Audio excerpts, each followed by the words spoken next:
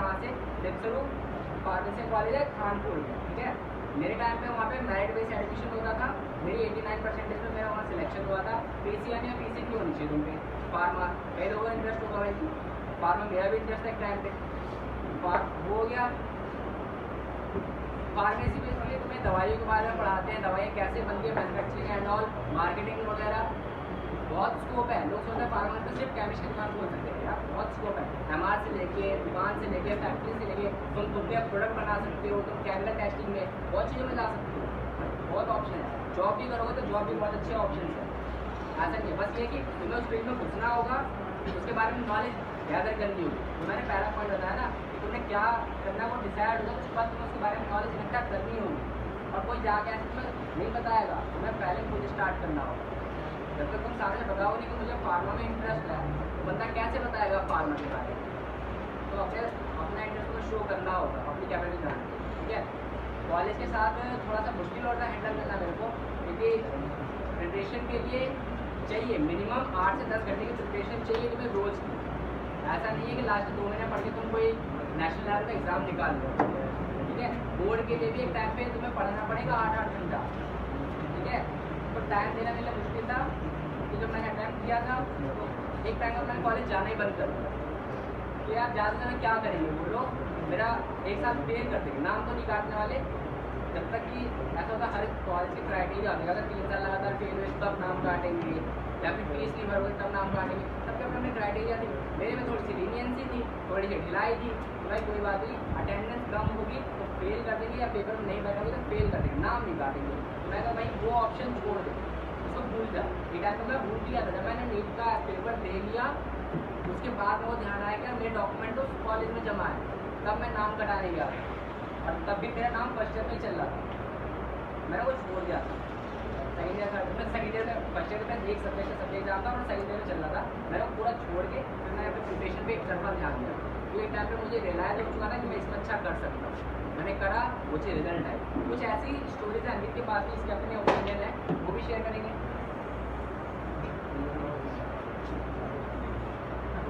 देखो ये मैंने बता दिया एमबीबीएस के बारे में सब कुछ है ना। अब थोड़ा बहुत इंजीनियरिंग के बारे में काम करते हैं। इंजीनियरिंग का बेस्ट जो इंडिया का कॉलेज है वो आईआईटी को माना जाता है, उसके बाद एनआईटी, उसके बाद ट्रिपल आईटी, और फिर ये टीयू वगैरह, इसके बाद नहीं सा तुम लोगों को जामिया का नाम था, मैंने जामिया का नाम पूरा सेंट्रल यूनिवर्सिटी, वो यूनिवर्सिटी है। ये जो जितने भी मैंने कॉलेज के नाम पहले लिए ना वो सिर्फ इंजीनियरिंग के लिए है, जामिया ऑल ओवर में, तो उसका नाम इसमें नहीं है। चलो अब बाकी प्रिपरेशन, मेहनत, ये सब नहीं बताऊंगा मैं, थोड़ा सा डाटा, थोड़ी सी रियलिटी बता दूंगा आप लोगों को, है ना। देखो सीट्स वगैरह क्या, मेंस में हर साल 10 लाख 10 बच्चे अप्लाई करते हैं ना, जिसमें से 1.5 लाख लोग एडवांस के लिए क्वालिफाई होते हैं, यही एडवांस के लिए, है ना। 1.5 लाख में से भी आपके सिर्फ आईआईटी की सीट सिर्फ 6,000, 1.5 लाख में सिर्फ 6,000, 0.1%। मतलब अगर आप 1 लाख, और आपको एक चीज़ और बता दो, कोटा वगैरह, राजस्थान कोटा, सबने नाम सुना उसका? जिन्होंने नहीं सुना, एक जगह है राजस्थान के अंदर कोटा, उसको हक माना जाता है पढ़ाई का। पेरेंट्स वहाँ पे क्या करते हैं, 6th क्लास से अपने बच्चों को भेज देते हैं, 11 से भेज देते हैं, 12 से भेज देते हैं, और हमें 12th में पता ही नहीं था कि आईआईटी क्या होती है, ठीक है। उसके बाद क्या 12th में देखो एक चीज़ ना, एक गलती में से ये भी हुई कि कॉन्फिडेंस बहुत ज़्यादा है ना, जो ओवर कॉन्फिडेंस में बदल गया। जैसे मैथ्स में बहुत अच्छा परफॉर्मेंस था इस वाले स्कूल से, है ना। मैथ्स में 100 में से 99 स्कोर करा, ठीक है, 99, 3 लोग पास हो सकते हैं उसमें, समझ रहे हो आप। तो उसमें अकेले, उसमें मतलब मेरे को इतना वो हो गया ना कि मेरे को ये लगा अब तो मैथ्स में मैं वो भगवान हूँ, ये हूँ, वो हूँ। आईआईटी में मैंने मैथ्स पढ़ी, और आईआईटी में एडवांस के पेपर में फिजिक्स में अच्छे नंबर थे, केमिस्ट्री में भी ठीक ठाक थे, कट ऑफ क्लियर थी, मैथ्स में 2 नंबर से ठीक। और एडवांस का क्या सिस्टम होता है ना, आपका हर फिजिक्स मतलब हर सब्जेक्ट का आपको कट ऑफ क्लियर करना पड़ता है। फिजिक्स में भी इतने नंबर लाने पड़ेंगे, केमिस्ट्री में भी इतने नंबर लाने पड़ेंगे, मैथ्स में भी। उसके बाद आपको आईआईटी का कोई कॉलेज, आईआईटी आप एडवांस क्वालिफाई करोगे ना, बट कॉन्फिडेंस 1.5 है ना। और एडवांस की एक चीज़ और, एडवांस के सिर्फ 2 अटैम्प्ट होते हैं। जो लोग ड्रॉप करने की सोच रहे हैं ना, पहले उनको बता दो एडवांस के सिर्फ 2 अटैम्प्ट होते हैं। एक आप इस साल दोगे जब आप 12th पास करोगे, एक इससे जस्ट नेक्स्ट ईयर।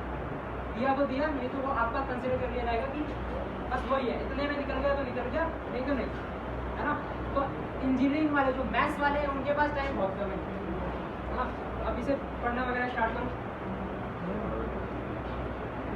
चलो ज़्यादा कुछ नहीं, नॉलेज यही थी, ठीक है। इसके अलावा कुछ और क्वेरी थे आप वो बता देना। अच्छा, हमने बस जो चीज़ें मेन थी वो ध्यान रखना। पहले क्या बताई थी मैंने, तुम्हें क्लियर होनी चाहिए तुम्हें क्या तुम्हें क्या लाइफ में करना है, गोल तुम्हारा क्लियर होना चाहिए। वो कैसे, वो तुम्हें खुद जानना है, खुद ट्राई करना है, खुद के बारे में जानो, खुद को टाइम दो, देखो नई नई चीज़ ट्राई करो, जिसमें जब तक इंटरेस्ट ना आए ना तब तक। मैं जब नीट दे रहा था ना, नीट के सिर्फ 1 महीने पहले मैं वहाँ पे भी थोड़ी कॉलेज के लिए काम कर रहा था, ठीक। थोड़ा सा टाइम का भी ध्यान रखना। सर ने कहा था, मेरे वहाँ पे एक टीचर थे कोचिंग में, उन्होंने ये कहा कि 1 महीने बाद तुम्हारा नीट का पेपर है, पहले उसे क्लियर कर लो, उसका तुम्हारा टाइम बहुत होगा खुद के बारे में जानने का। तो ये भी ध्यान रखना कि ये नहीं कि तुमने अपने बोर्ड में ध्यान नहीं दिया इसके चक्कर में, तुम्हें साथ दिन में अपना 10-5 मिनट को टाइम देना हो। गाना सुनना कईयों को पसंद है, कुछ लोग उसी में सोचते हैं कि जब मैं सुनना पसंद है तो क्यों ना मैं गा के देखूँ एक बार। डांस देखना सबको पसंद है तो भाई करके देखो, क्या पता मजा आ जाए। पढ़ाई भाई करते देख रहे हैं, टीचर पढ़ा रहा है, ठीक है, कभी एक बार पढ़ा के देखो, किसी को समझा के देखो, कोई चीज़ पढ़ो और एक बार समझा के देखो। मतलब जब तक तुम्हें ना वो चीज़ ना मिल जाएगी जिसमें तुम्हारा इंटरेस्ट है कि नहीं, तब तक ट्राई करते रहो। गोल अपना क्लियर करना है, उसके बाद अगर गोल क्लियर हो गया तो नॉलेज इकट्ठा करनी है उसके बारे में जितनी ज़्यादा हो सके, क्योंकि बिना गाइडेंस के, बिना प्रॉपर ट्रैक के ना तुम कितने भी हाथ पैर मार लो तुम डूबोगे। अगर तुम्हें फेंकने जाना नदी में, सही तरीके से हाथ पैर नहीं चलाओगे, सांस सही से नहीं लोगे तो डूब के मरोगे। तो अपना ट्रैक सही रखना, ये रियलिटी है। बिना गाइडेंस के, बिना प्रॉपर नॉलेज के, बिना सही ट्रैक के तुम्हारी लाइफ में कई साल वेस्ट हो जाएंगे। ये जितने को ना मल्टीपल लगते हैं ड्रॉप, 1 ड्रॉप 2 ड्रॉप 3 ड्रॉप फिर भी चित्र वाले रहते हैं, उनको यही दिक्कत है, उनको क्लियरली एक बार रखना गया, नॉलेज मिल गई, ये भी मिल गया, लर्निंग एटीट्यूड और खुद पे भरोसा सीखना है।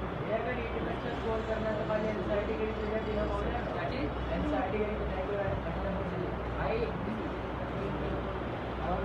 नहीं, देखो सबका अपना अपना एनसीईआरटी की वैल्यू हर जगह है, वो तुम्हारा बेस है, तुम्हारा फाउंडेशन है। दिक्कत है तुम पढ़ कैसे रहे, ठीक है ना। जैसे बायो का 360 नंबर का नीट में पेपर होता है, ठीक है, सारे बच्चे बायो एनसीईआरटी पढ़ते हैं। तुम लोगों से सुनोगे ना, कहेंगे भाई डबल डिजिट में एनसीईआरटी पढ़, 20 बारी 22 बारी 30 बारी ऐसे बोलते हैं। यार तुम ये समझो ना कि मैं उसे पढ़ना कैसे, तुमने एक लाइन पढ़ी, ठीक है, तुम उसको क्वेश्चन बनाने की कोशिश करो, कैसे क्वेश्चन आने, कैसे आइडिया लगेगा, थोड़े से फास्ट उठा के देखो तो कैसे बनते हैं, फिर लेता ब्लैंक से फॉर्म में एक्सेप्ट नॉट कौन सा करेक्ट है, ये सब चीज़ें। और सबसे बड़ी चीज़ है, अगर तुम जो पढ़ रहे हो स्टूडेंट के लिए खास तौर पे ये चीज़ है, टीचरों से घुलो मिलो जितना हो सके। रीज़न बताता हूँ, मान लो तुम्हारा बोर्ड का पेपर चल रहा है, फिजिक्स है, और उस 3 घंटे के तुम्हारे पास अयूब सर का दिमाग आ जाए, सिर्फ 3 घंटे की पेपर कैसा दे क्या होगे, टॉप आएगा। केमिस्ट्री का पेपर हुआ, तुम्हारे कोई एक्सपाइजर कोई टीचर है जो तुम्हारा बहुत फेवरेट है, उनका दिमाग हो 3 घंटे के लिए बस। अब ये तो है नहीं कि टीचर देने वाले दिमाग और दे भी देगा तो हैंडल तुम कर नहीं पाओगे। तुम्हें करना क्या है, टीचर के साथ घुलना मिलना है, क्योंकि जैसे ये टीचर है वैसे वो भी टीचर है जो ऑफिस में बैठे और पेपर बना रहे हैं, सिर्फ यही नहीं कॉम्पिटिशन में भी। तो वो जिस तरीके से सोचते हैं, कोई सवाल तुम लेके गए तो सिर्फ ये नहीं कि सॉल्यूशन मिल गया मज़ा आ गया, नहीं, सर ने कैसे अप्रोच करा, उन्होंने किस तरीके से सोचा, उस पर काम करो, वो चीज़ नोटिस करो कि सर अरे बहुत ईजी है यार, ऐसे देख तू ऐसे नहीं करती है, और ये भी पूछो कि तुम कहाँ गलती कर। अगर टीचर का तुमने नज़रिया सीख लिया एक बार, तो इस तरीके से वो समझाते हैं, पढ़ाते हैं, वो खुद किस तरीके से उस सवाल को लेकर चल लेते हैं, वो नज़रिया सीख लिया तो तुम्हारा दिमाग भी एक टाइम में क्वेश्चन ट्रेनिंग हो जाएगा, तुम्हें भी पता चल जाएगा क्या पढ़ना है, कितना कंसाइज रखना है, ठीक है। और सिर्फ एक सब्जेक्ट के साथ में तुम्हें तीनों कुछ करना होगा, क्योंकि साइंस ये भाई, साइंस में 3 सब्जेक्ट है तुम्हारे पास, इंग्लिश और हिंदी तुम्हारा लिटरेचर है, तुम्हें करना ना करना वो तुम्हारे इंटरेस्ट के ऊपर है, लेकिन जो मेन तुमने चुना है स्ट्रीम के लिए उस पर तो तुम्हें काम करना पड़ेगा, तीनों पे करना पड़ेगा, और तीनों सब्जेक्ट टीचरों के साथ जो भी लो वो माइंडसेट डेवलप करो, जब हो जाएगा तो पढ़ने में मज़ा भी आने लग जाएगा, क्योंकि जब तुम चीज़ों के नज़रिए से सोचोगे तो चीज़ें बहुत आसान लगने लग जाएगी, ठीक है। जितनी चीज़ आसान हो गई मज़ा आ जाएगा, बहुत मज़ा आएगा, ठीक है। आसान बनाना है, अब उस वे में तुम सोचने लग गए, पेपर आया और तुम पढ़ भी रहे हो तो सर के नज़रिए से पढ़ रहे हो, सवाल कैसे बनते उस नज़रिए से पढ़ रहे हो।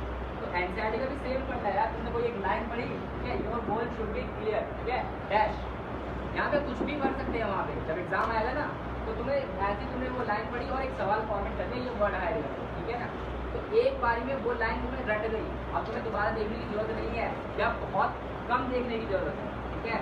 दूसरी फ्रिक्वेंट रिवीजन जरूरी है। हफ्ते में एक दिन बांधो जिस दिन तुम्हें कुछ नया नहीं पढ़ना, पुराना रिवाइज करना है, या दिन का कोई 5-10 मिनट ऐसा जिसमें रिवाइज करना है। एक सवाल उठ के आता भाई का कि मैं आज ही पढ़ के आया, आज ही भूल जाऊँ, भाई वो रिवीजन तुम्हें देनी पड़ेगी, ठीक है। अगर तुम्हें कोई चीज़ अच्छी लगती है, किसी ने तुम्हारी तारीफ कर दी, कोई लाइन बोल दी, भाई स्मार्ट लगता है, वो नहीं बात अलग है, ठीक है। लेकिन वो दिमाग को बार बार तुम याद कर, वो बार बार तुम्हारे दिमाग में चलती रहती, तुम दौड़ाते खुद। अगर वो चीज़ तुम्हारी क्लियर वो है ना कि ऐसे बार बार दौड़ाओगे वो बैठ जाएगी। यहाँ पे फंडा थोड़ा सा, अगर किसी का बाउंसर जाए तो कोई बात नहीं, कॉन्शियस माइंड और सबकॉन्शियस माइंड, या फिर कह लो कॉन्शियस एफर्ट और सबकॉन्शियस एफर्ट। कॉन्शियस ऐसा है जब तुम पहली बार गाड़ी चला रहे हो ना, तो तुम सोचोगे ब्रेक मारना है मुझे, एक्सीलेटर देना है, गियर देना है, ये सारी चीज़ सोचोगे। लेकिन जब तुम उसे 100वीं बार चलाओगे तो तुम नहीं सोचोगे, कोई सामने से आया अपने आप तुमने ब्रेक मार लिया, तुमने सोचा भी नहीं, क्यों? क्योंकि अब तुम्हारा सबकॉन्शियस माइंड एक्टिव हो चुका है। तो सेम चीज़ है कि अगर तुमने पढ़ना स्टार्ट कर दिया एक बार, जैसे 10th में होता था, ट्रिगो कितनों ने करी है? ट्रिगो सब नहीं करी है। कभी ऐसा हुआ था कोई सवाल नहीं हुआ, रात के 10 बजे 11 बजे 12 बजे वो सवाल लेके बैठे हुए, कईयों के साथ हुआ होगा। सुबह उठे सवाल हुआ था, अगले दिन हुआ था। उसके पीछे यही रीज़न है कि रात में तुम्हारा सबकॉन्शियस माइंड एक्टिव था। लेकिन क्यों एक्टिव हुआ? क्योंकि तुमने पहले कॉन्शियस एफर्ट मारा। यही चीज़ है कि पहले तुम्हें एफर्ट मारना पड़ेगा, वो चीज़ तुम्हारा सबकॉन्शियस बिल्ड हो जाएगी और उसके बाद चीज़ें आसान हो जाएगी। अपने आप ही सिलेक्शन भी निकलेगा, लाइफ में तो करना चाहते वो अचीव भी होगा, ठीक है। हमने कोई ये चीज़ प्रिपेयर नहीं करी है, हमने सेमिनार में प्रैक्टिस करी है, ये चीज़ अपने आप नहीं करनी है। सेम चीज़ है, अगर तुम 3 घंटा वहाँ पे तेज़ी में लिखना है बोर्ड के पेपर में, और तुमने कभी घर पे एक क्वेश्चन पेपर लेके एक टेबल पे बैठ के चीज़ें अपने आसपास से दूर करके घर पे कभी तुमने 3 घंटा लेके बैठ के लिखा ही नहीं है, प्रैक्टिस करी ही नहीं, कोई पेपर बनाया नहीं, तो तुम बोर्ड में कैसे लिख के आ सकते हो? समझ ये बात? 200 मिनट में 200 क्वेश्चन देखने हैं तुम्हें, तुमने कभी देखे ही नहीं घर पे, कभी एमसीक्यू टिक मारा ही नहीं। जब नहीं किया है तो वहाँ कैसे कर लोगे भाई? तुम्हें हर तरह के पिच में खेलने की हैबिट बनानी पड़ेगी, ठीक है। बारिश हो, बारिश में खेलना आना चाहिए, क्योंकि तुम्हें ग्राउंड का क्रिकेट मैच देखते थे सारे। बारिश होती है तो कभी कभी बंदे बारिश में भी खेलते हैं, तो उन्हें उस चीज़ की भी प्रैक्टिस है कि बारिश में भी खेलना आना चाहिए मुझे। बात समझ आ रही है? ट्राई करो, हर एक चीज़ पे फोकस बनाओ, और इसके अलावा कभी भी कोई दिक्कत है ना भाई, सपोर्ट किया हर कोई है, मुझे याद करोगे, सर को याद करोगे और किसी को भी याद करोगे। अगर हम नहीं कर पाए ना मदद, तो हम फर्दर किसी और को जरूर भेजेंगे उसके लिए, क्योंकि हमारे टाइम में भी यही था।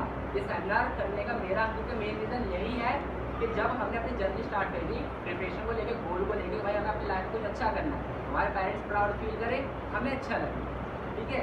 तो उस टाइम पे बहुत सारी चीज़ें हमें मिली थी, टीचर से, हमारे मेंटोर से, पढ़ाई से। तो आप एक तो वो, दूसरा हमें जो चीज़ नहीं मिली वो हमें फेलियर से मिली, तो हम ये चाहते हैं भाई वो फेलियर तुम्हें ना देखना पड़े। आसान नहीं होता भाई, वो कहने भी होता है कि मेरे एक ड्रॉप लगा लो भैया, जब तुम वाकई में ड्रॉप वाले फेज में आओगे ना, ज़िंदगी बहुत नर्क जैसी लगेगी, ठीक है, बहुत बहुत ज़्यादा जालिम से लगेगी दुनिया। तो हम चाहते हैं कि जो हमने सीखा वो कन्वे कर दो, अभी सीख जाओ, अभी पता है तुम्हें, ये चीज़ पता चल गया ना, बहुत थोड़ा सा बेसिक का डिफरेंस है पता और समझना। अभी तुम्हें पता चलेगी हाँ भाई कि गोल होना चाहिए, नॉलेज होनी चाहिए, सेल्फ तुम पर भरोसा होना चाहिए, अभी पता है। लेकिन जब सिचुएशन आएगी ना तो वो चीज़ें समझ आने लगता है, अच्छा ऐसा कुछ था। जब स्ट्राइक होती है ना, पुरानी बात है, बहुत मज़ा आता है भाई। तो वही चीज़ है, नॉलेज आ गई, एक्सपीरियंस भी आ जाएगा, लाइफ में धीरे धीरे चीज़ें अचीव भी हो जाएगी, ठीक है ना। बस करना स्टार्ट करो, बाकी सपोर्ट मिल जाएगा यार, बाकी मजे मेरे सब एंजॉय करो यार, सही है।